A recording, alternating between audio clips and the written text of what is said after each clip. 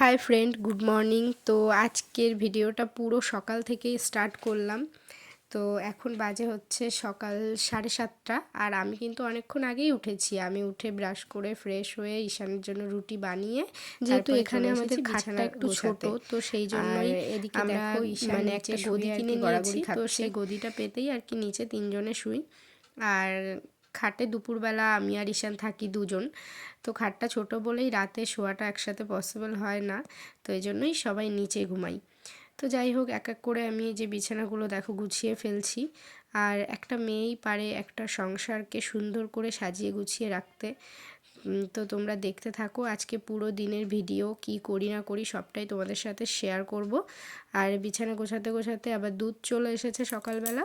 রোজ 7:30 8টার দিকে দুধ দিয়ে যায়। তো ঈশান যেহেতু সকালে দুধ রুটি খায়, তো দেখতে দেখতে দুধ চলে এসেছে আর আমি চলে আসলাম দুধটা গরম বসিয়ে দেব।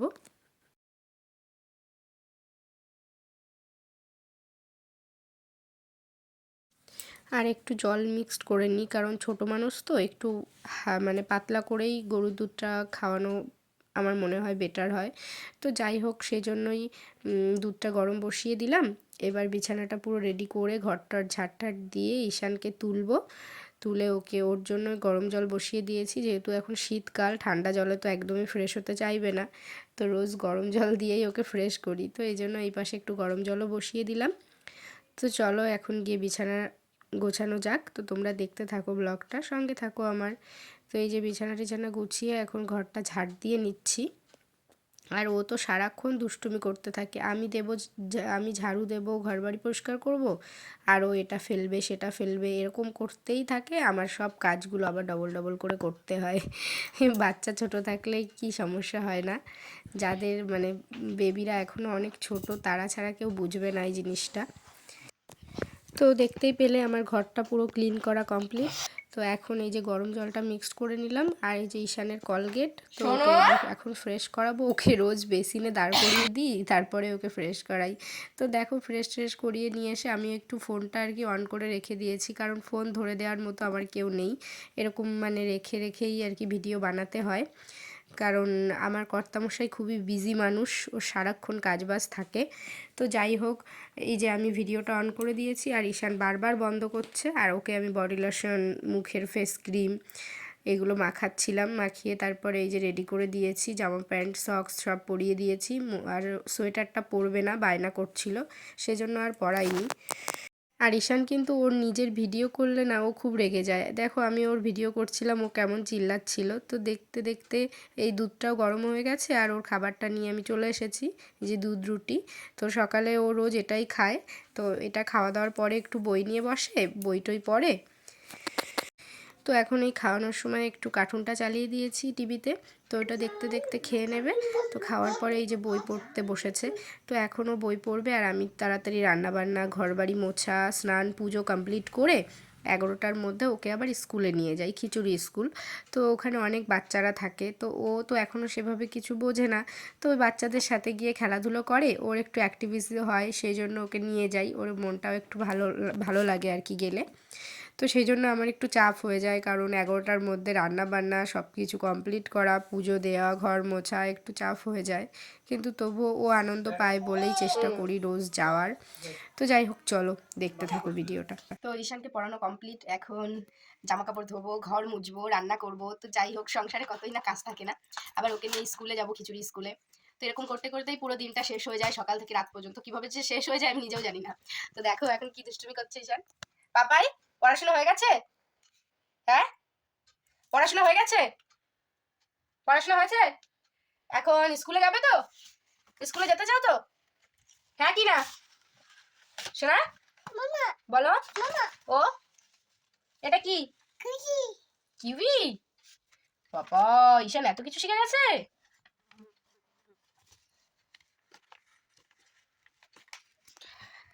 তো যাই হোক, চলো এখন কাজ বাজগুলো জলদি জলদি করি, তার মধ্যে আবার রান্নাও করতে হবে। এখন বাজে হচ্ছে 9:30। তো আমাকে 11টার মধ্যে রান্না, ঘরবাড়ি মোছা, জামা প্যান্ট ধোয়া কমপ্লিট করতে হবে। তো যাই হোক, চলো ঝটাপট কাজগুলো শেষ করি, তারপর তোমার সাথে দেখা হচ্ছে।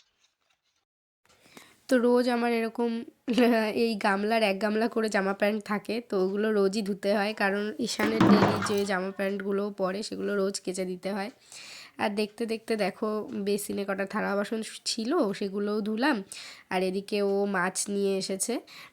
তো দেখো কত বড় একটা কাতলা মাছ নিয়ে এসেছে। আর মাছ না আমি কাটতে পারি না, সত্যি কথা বলতে মানে ভালো পারিই না মাছ কাটতে আমি। তো সেই জন্য যখনই মাছ নিয়ে আসে ওই কাটে। তো ওই কাতলা মাছটাও এখন কাটবে। আর তাজা তাজা সবজি নিয়ে এসেছে, পালং শাক, এই সমস্ত অনেক সবজি টবজি নিয়ে এসেছে। তো যাই হোক ও এখন এই মাছটা কাটবে, তারপর আমি রান্নাবান্না করব। ততক্ষণে আমি ঘরটা মুছে জামা প্যান্টগুলো আমি ছাদে দিয়ে আসি। তো তোমরা ভিডিওটা দেখতে থাকো আর আমার সঙ্গে থাকো। 3টে রুম রোজ আমার মুছতে হয়, কারণ বাচ্চা থাকলে বোঝোই তো, রোজই আমি ডেটল দিয়ে ঘরটর মুছি। কারণ যদি ঘরবাড়ি না মুছি না, নিচে একটা কিছু পড়লে ও সঙ্গে সঙ্গে মুখে দিয়ে দেয়। কারণ আমি তো সারাক্ষণ রান্নাবান্নার কাজে ব্যস্ত থাকি, আমি অতটা নজর দিতে পারি না। তো এই জন্য আমি ডেটল দিয়ে রোজ 3টে রুমই মুছি।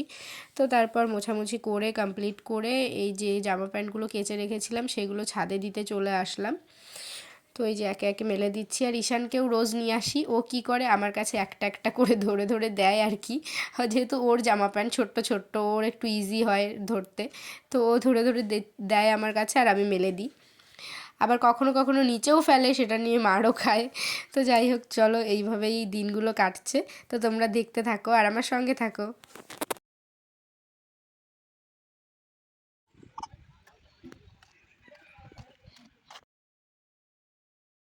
তো জামা প্যান্টগুলো মেলে নিচে চলে আসলাম। এই যে ঈশানের খিচুড়ি রান্না করব, সেই জন্য হচ্ছে মটরশুঁটি, গাজর, বিনস, একটু আলু আর কি যা যা পালং শাক যা যা সবজি ছিল সব একটু একটু দিয়ে দিলাম। দিয়ে 3-4বার ভালো করে ধুয়ে নিয়েছি। আর একটু মুগের ডাল, মুসুরির ডাল, গোবিন্দভোগ চাল, এগুলো সমস্ত কিছু দিয়ে ওর খিচুড়িটা বানাই। আর একটু নুন, হলুদ আর বাটার দিয়ে দিলাম। এবার একটু ভেজে নেব, এটা হালকা করে একটু ভেজে তারপরে আর কি জল দিয়ে খিচুড়িটা বসিয়ে দেব কুকারে।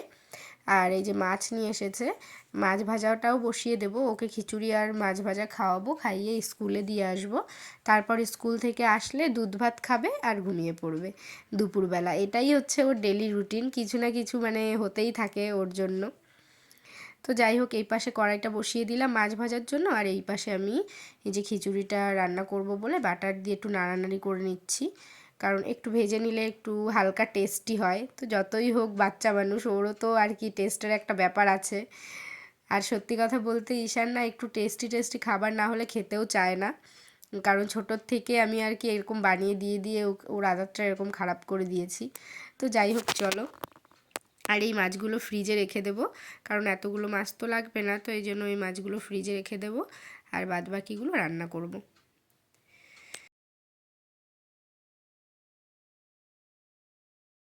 তো রান্না বান্না করার পরে ভিডিওটা আর কন্টিনিউ করা হয়নি, কারণ ওকে স্কুলে নিয়ে গেলাম, আসলাম, খুব তাড়াহুড়োর মধ্যেই হলো সব। তো এই যে করেছিলাম ঝিঙে দিয়ে মাছের ঝোল আর মাছের পেটা ভাজা আর এই যে পালং শাকের তরকারি। তো এগুলোই রান্না করেছিলাম। আর ওকে খেতে দিয়ে দিয়েছিলাম, ওর তো খাওয়া হয়ে গেছে। আর ঈশানেরও দুধ ভাত খেয়ে ঘুম পাড়ানো হয়ে গেছে ওকে, এখন আমি একা একা খাবো। দেখতেই পেলে আমার ভাতটা আমি বেড়ে নিয়েছি। তো খাওয়া দাওয়ার পরে চলো দেখা হচ্ছে। তো ফ্রেন্ড এখন বাজে হচ্ছে দুপুর 2টো, সেই সকালবেলার থেকে এই পর্যন্ত এখন ফ্রি হলাম। তো একটু ফল টল খাবো, সরি, খেয়ে একটু ভিডিও এডিট করতে বসবো। তো যাই হোক, তোমরা তো দেখতেই পেলে যে কতটা ব্যস্ততার মধ্যে দিনগুলো কাটছে। আর এরকম আর কি ঘরের কাজবাজ, বাচ্চা কাচ্চা, রান্না বান্না এগুলো নিয়েই শেষ হয়ে যাচ্ছে। আর প্রত্যেকদিন এই একই জিনিস দেখাতে তো ভালো লাগে না, আমাদেরও ভালো লাগবে না, তোমাদেরও দেখতে সেটা ভালো লাগবে না। তো চেষ্টা করবো ভালো ভালো ব্লগ দেওয়ার। তো আমার সঙ্গে থাকো প্লিজ। আর একটু সাপোর্ট করো সবাই, কারণ যে কোনো জিনিসে যদি দেখি যে সবার ভালোবাসা পাচ্ছি, যদি তোমরা আমার সঙ্গ দাও, তখনই আমার উৎসাহটা থাকবে ভিডিও দেওয়ার। তো যাই হোক আমার সঙ্গে থেকো। আর চলো এখন খাওয়া দাওয়া করে একটু রেস্ট নেবো। রেস্ট নেওয়ার পরে তারপর সন্ধ্যাবেলা কি করি না করি সেটা তোমাদের দেখতেই পাবে। সো চলো। তো খাওয়া দাওয়া করে চলে এসেছিলাম রান্নাঘরে। আর দুপুরে একটু ঘুমিয়ে টুমিয়ে বিকালে দেখো চিকেন পকোড়া বানিয়েছিলাম, আগের দিনের চিকেন ছিল ফ্রিজে। তো চিকেন পকোড়া বানানোর পরে একটু সাজুগুজু করে রিলস বানালাম। তারপর রিলস টিলস বানিয়ে ঈশানকে নিয়ে আবার সন্ধ্যাবেলা একটু বই পড়াতে বসিয়েছিলাম, তারপর ঘুমিয়ে পড়েছিলাম। তো যাই হোক চলো, তোমরা ভালো থেকো, সুস্থ থেকো, আমার সঙ্গে থেকো, আর আমাকে একটু সাপোর্ট করো। আর প্লিজ যদি ভালো লাগে একটা সাবস্ক্রাইব করে দিও। তো যাই হোক চলো, দেখা হচ্ছে নেক্সট ব্লগে।